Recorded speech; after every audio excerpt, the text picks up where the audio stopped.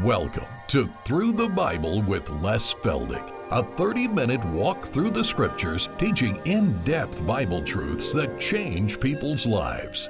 Now, here's your host, Les Feldick. All right, away we go, and again, it's good to see so many out for our taping today.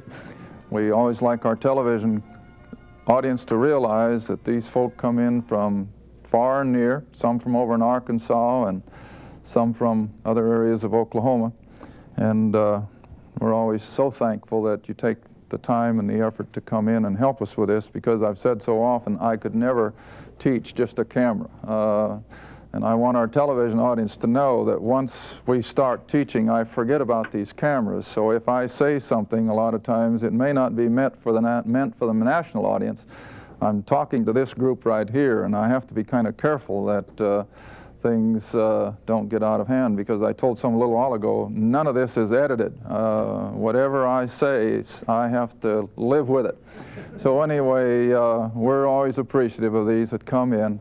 And for those of you who may be catching our program for the first time, and we know this is happening because every day we get letters from people who have just caught our program. And for those of you who are new, we are just an informal Bible study, almost on the same basis if I went into a neighborhood home and just simply teach the book. We don't try to get theological, and we don't try to be controversial. We just want to make Bible study a thrilling experience, because after all, that's why God gave His Word to the average individual. And I've mentioned before that one of the early reformers, I think it was Tyndale, it might have been Wycliffe, but as they were burning him at the stake, you know, his prayer was that every plowboy in England could have a copy of this book. So it is meant for the common person. It wasn't meant to be kept in the seminaries and the monasteries and what have you. And so this is all we try to do, is teach it on common man's level. And of course, this is what's coming through. Our comments from letters are just that we're teaching it on a level that almost anybody can comprehend. And so we trust that as you study with us, that the Lord will bless you, hearts will be opened, and we especially appeal to those who have never had a salvation experience, that you might understand that the gospel is so simple and yet so complex that I'll never understand it, and I don't think any other human can either. So anyway, we've been on the air now starting our 5th year. We started way back in Genesis, and we've come up all the way through the Old Testament, through the Gospels, and now we're into the book of Acts. Chapter 6, the last verse, is where we left off in our last program. And here we have Stephen brought before the religious leaders of Israel. And as I've been stressing, contrary, I know, to tradition, that all of these early chapters of Acts are still to the nation of Israel. There is no mention of Gentiles whatsoever. All the language is Jewish. Everything is there in Jerusalem.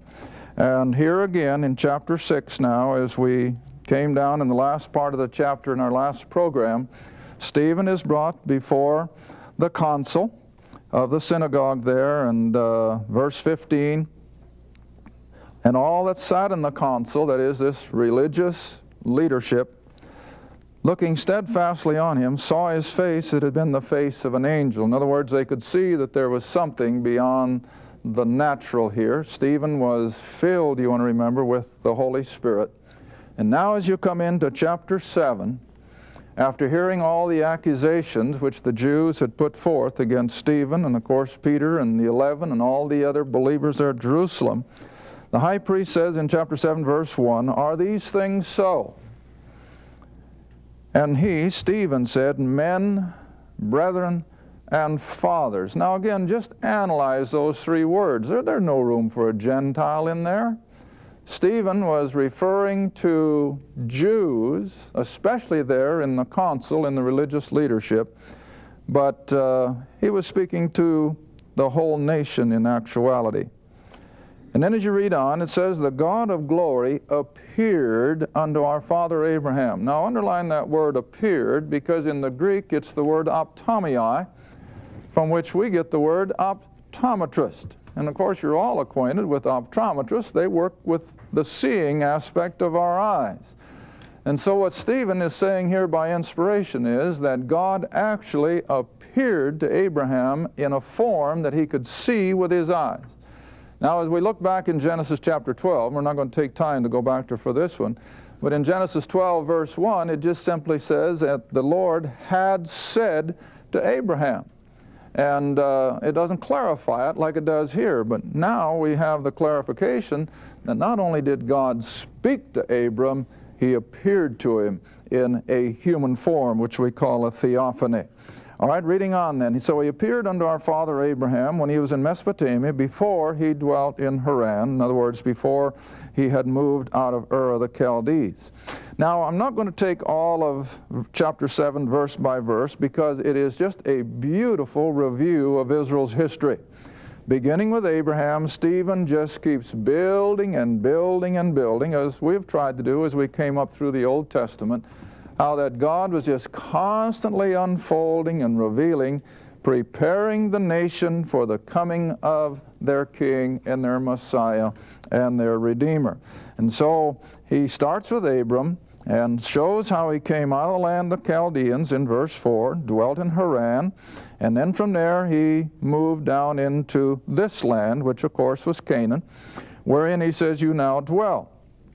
And then when you come all the way down to verse 6, it says, God spake on this wise, that his seed, in other words, his offspring, the coming generations, should sojourn in a strange land, and that they should bring them into bondage and entreat them evil 400 years.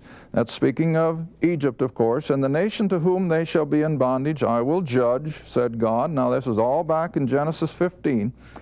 And after that, the Lord told Abram, they shall come forth and serve me in this place. Now let's go back. Maybe we better reconstruct. Go back, if you will, to Genesis.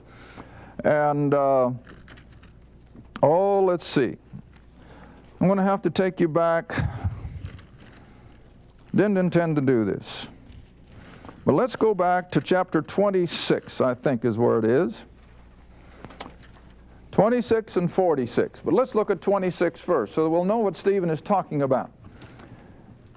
Now, all of these things back here are so fundamental to our understanding of even the New Testament, and that's why I spend as much time in Genesis as I did, because I've always said if they don't understand Genesis, they'll never understand even the gospel of grace. But back here in Genesis chapter 26, verse 1, after God had made this covenant agreement with Abraham, and now he's referring it on to Isaac, the true son of promise. Now verse 1 of chapter 26, and there was a famine in the land beside the first famine that was in the days of Abraham, and Isaac went unto Abimelech, the king of the Philistines, unto Gerar. Now that was down on the border between Israel, or Palestine, Canaan, and Egypt.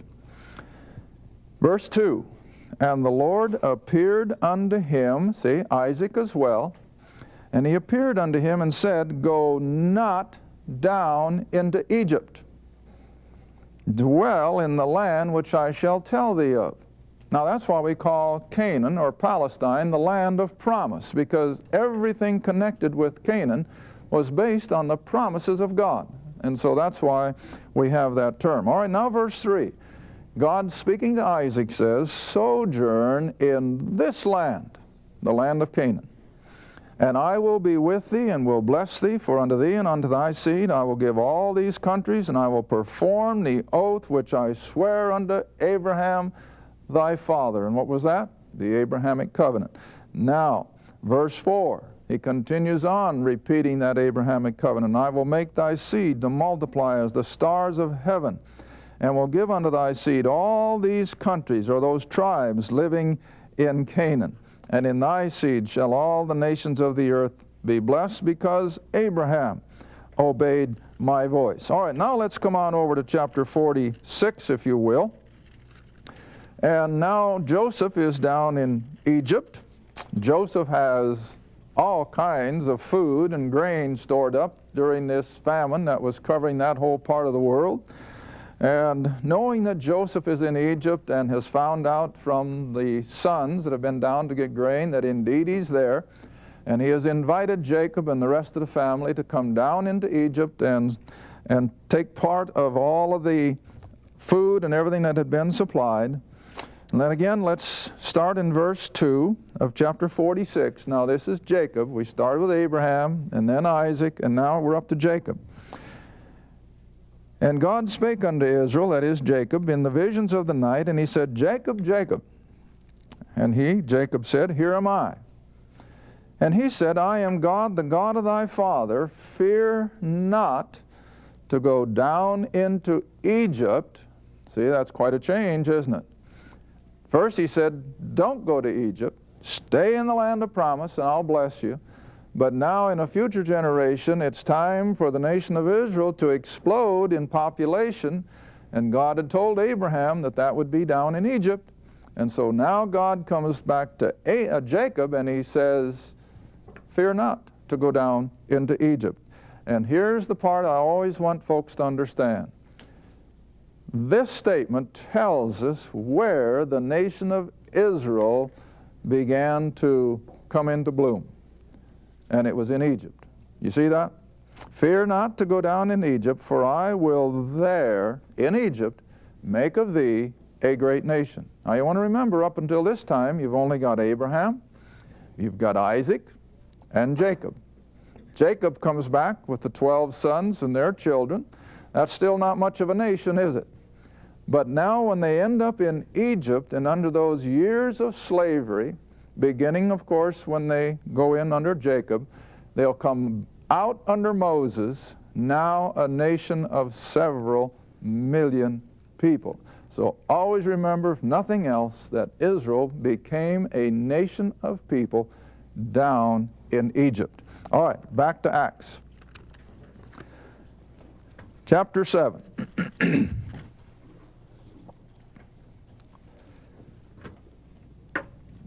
Now you can come down to verse 7.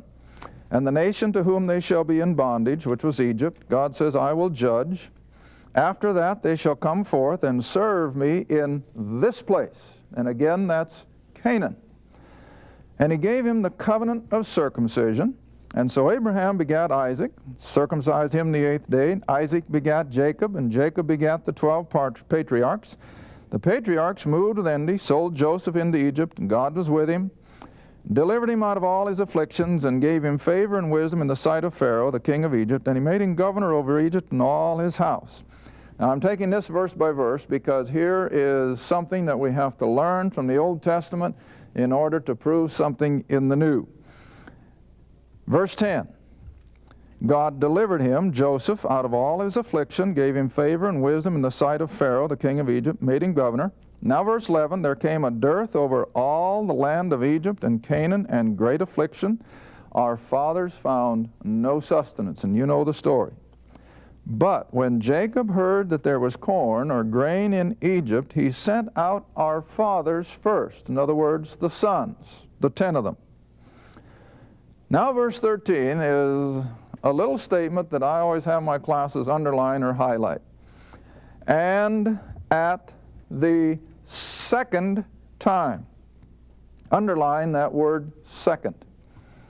And the second time Joseph was made known to his brethren, and Joseph's kindred was made known unto Pharaoh.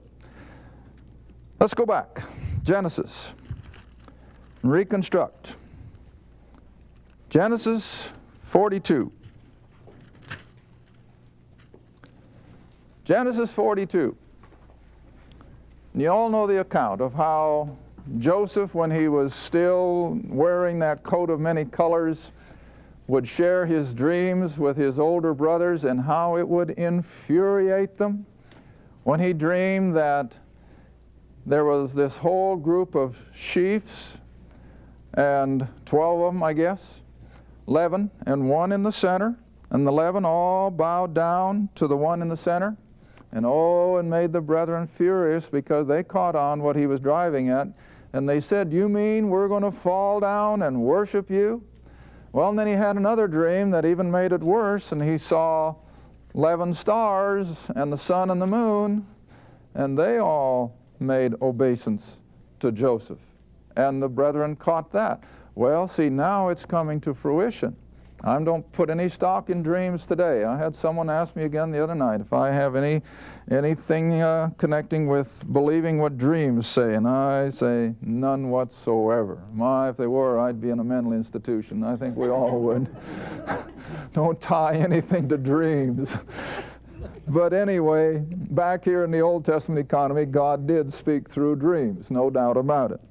All right, verse 1 of chapter 42. Now when Jacob saw that there was grain in Egypt, Jacob said unto his sons, Why look ye upon one another? Behold, I have heard there is grain in Egypt. Get you down hither and buy for us from thence, that we may live and not die. And so Joseph's 10 brethren went down to buy corn in Egypt. Now you know the story. They come before Joseph, and I guess I'll have to bring you down to verse 8 of this same chapter. And Joseph knew his brethren. Now do you see that? Just as soon as those 10 men stepped into his environ, Joseph immediately knew who they were. But did they know him? No. Now what's the analogy? Well, Christ at his first coming. Oh, the Lord knew Israel from their very beginning, and he presented himself to them in language that was clear as day. But did they ever recognize him? No. And see, this is the lesson. This is exactly what Stephen is driving home. That just like in Joseph's circumstances, the brethren came and were recognized by Joseph, but they didn't know Joseph. All right, now let's come over to the next event when they come back the second time. That'd be in chapter 45. They've come back now the second time to refill their sacks with grain. Verse 1, chapter 45. Then Joseph could not refrain himself before all them that stood by him, and he cried, Cause every man to go out from me, that is, of the Egyptians. And there stood no man with him, while Joseph made himself known unto his brethren. You see that? And then look at the results. And Joseph said unto his brethren, I am Joseph. Doth my father yet live? And his brethren could not answer him, for they were troubled at his presence. And then verse 4, And Joseph said unto his brethren, Come near to me, I pray you. And they came near, and he said, I am Joseph, your brother, whom you sold into Egypt. And then you come all the way down to verse 14, 15. Verse 15, Moreover, he kissed all his brethren, he wept upon them, and after that his brethren talked with him. What do you have? Well, you have an emotional reunion. And I mean, it was emotional. When after all these years, they are finally brought back together. Well, now what's the analogy? Before you go back to Acts, on your way back up, stop at Zechariah. Zechariah, now that's the next to last book in your Old Testament. I always tell my class people, find Matthew, anybody can find that, and then come back to the left through Malachi, and then you will come to Zechariah. Now remember that at his first advent, Israel didn't know Jesus. He knew them. And the analogy draws all the way through Acts chapter 7. And they said, Away with him, we'll not have this man to rule over us.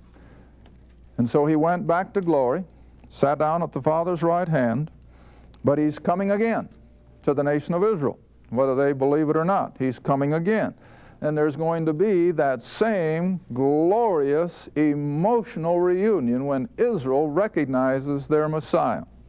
I was reading in the Jerusalem Post here a while back that the mayor, the ex-mayor, Teddy Kollek, 80-some years old now, and he has just brought Jerusalem, you might say, from a nothing to the beautiful city that it is. But talking about the Messiah one day, and he said, well, the first thing I'm going to ask him when he comes is, have you been to Jerusalem before?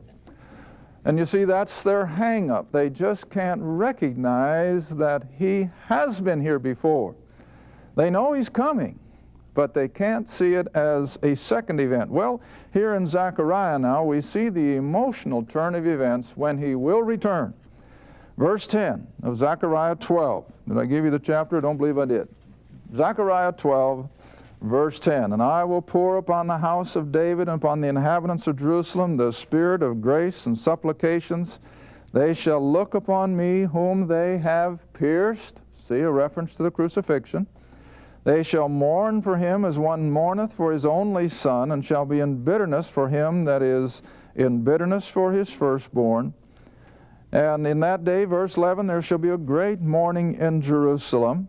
Verse 12, and the land shall mourn every family apart, the family of the house of David, their wives apart, the family of the house of Nathan, and so on and so forth. And I don't think this is a mourning of grief, but a tearful mourning of reunion that they have their Messiah. Another one is in chapter 13. Just turn the page over to verse 6 in this same little book. Zechariah chapter 13, verse 6. And one, that is of the house of Israel, of course, and one shall say unto him, what are these wounds in thy hands?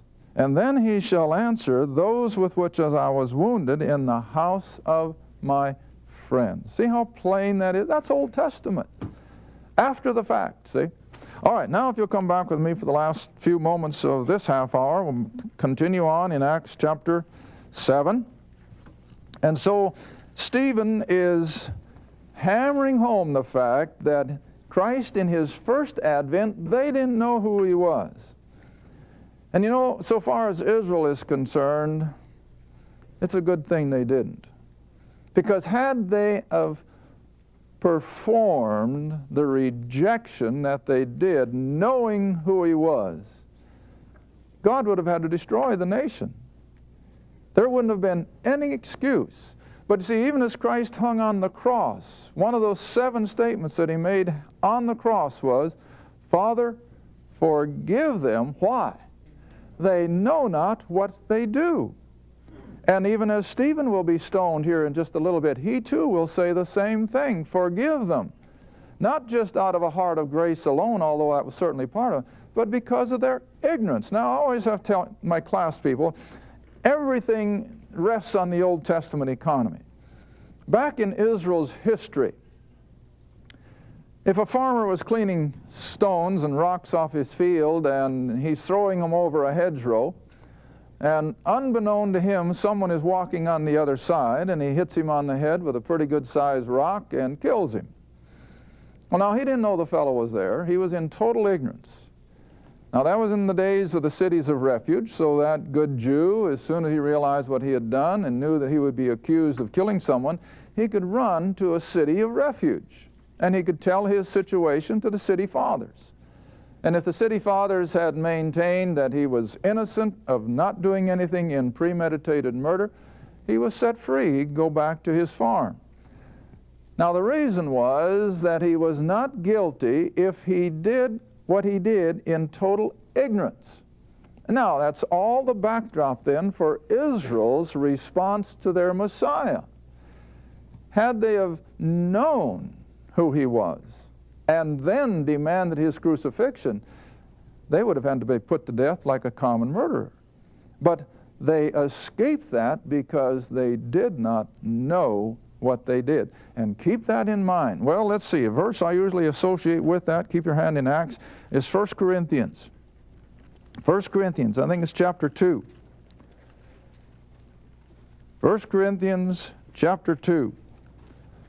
My verse that I'd gone a long ways along my road of the Christian life before I ever knew this Bible, this verse was in the Bible, and I imagine most people are the same way. 1 Corinthians chapter 2, beginning with verse 7. But we speak the wisdom of God in a mystery, even the hidden wisdom which God ordained before the world unto our glory. In other words, Paul is speaking of his own ministry. Now verse 8. Which none of the princes of this world knew. For had they known it, who he was, they would not have crucified the Lord of glory. Stands to reason, doesn't it? But they didn't know. And so the Lord could rightfully say, Father, forgive them. They're ignorant. They don't know what they're doing. And the same way when they kill Stephen. Stephen will say the same thing. Father, forgive them. They know not what they do. All right, now then, if you'll come back, got 2 minutes left. Chapter 7, verse 13 again. And so at the second time, Joseph made known to his brethren, and Joseph's kindred was made known unto Pharaoh. And then sent Joseph and called his father Jacob and all his kindred, 75 souls. So Jacob went down into Egypt and died, he and our fathers, and were carried over into Shechem, which of course is in Canaan, and laid in the sepulchre that Abraham bought for a sum of money of the sons of Emor, the father of Shechem. And you remember it's the sons of Heth back in Genesis. Now, this is interesting because, see, this is the very same burial site that is a holy site in Israel tonight for the Muslims as well as the Jews, and it is this very same burial cave, the Cave of Machpelah, where this Jewish doctor, about a year ago now, massacred all of those Muslims in their time of prayer. Same place.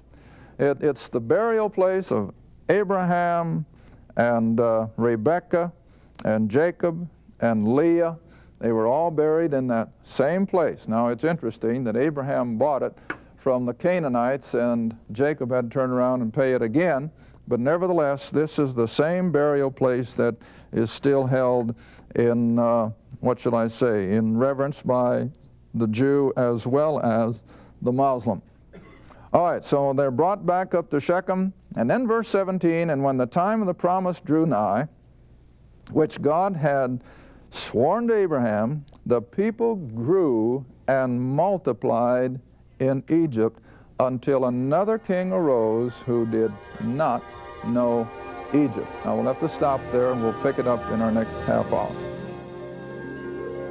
We want to invite you to visit lesfeldick.com, where you'll find all our programs available on audio, video, and in book form. You'll also find many of our on-location teaching seminars held across the country, as well as the popular Questions and Answers book and many other study materials. Just go to lesfeldick.com. Thank you for watching Through the Bible with Les Feldick. Through the Bible is a partner-supported ministry. If this program has been a help to your study of the Scriptures and you'd like to see others enjoy the teaching, your support would be greatly appreciated. Write to us at Les Feldick Ministries, 30706 West Lona Valley Road, Kinta, Oklahoma, 74552. Or call 1-800-369-7856. Be sure to tune in next time to Through the Bible with Les Feldick.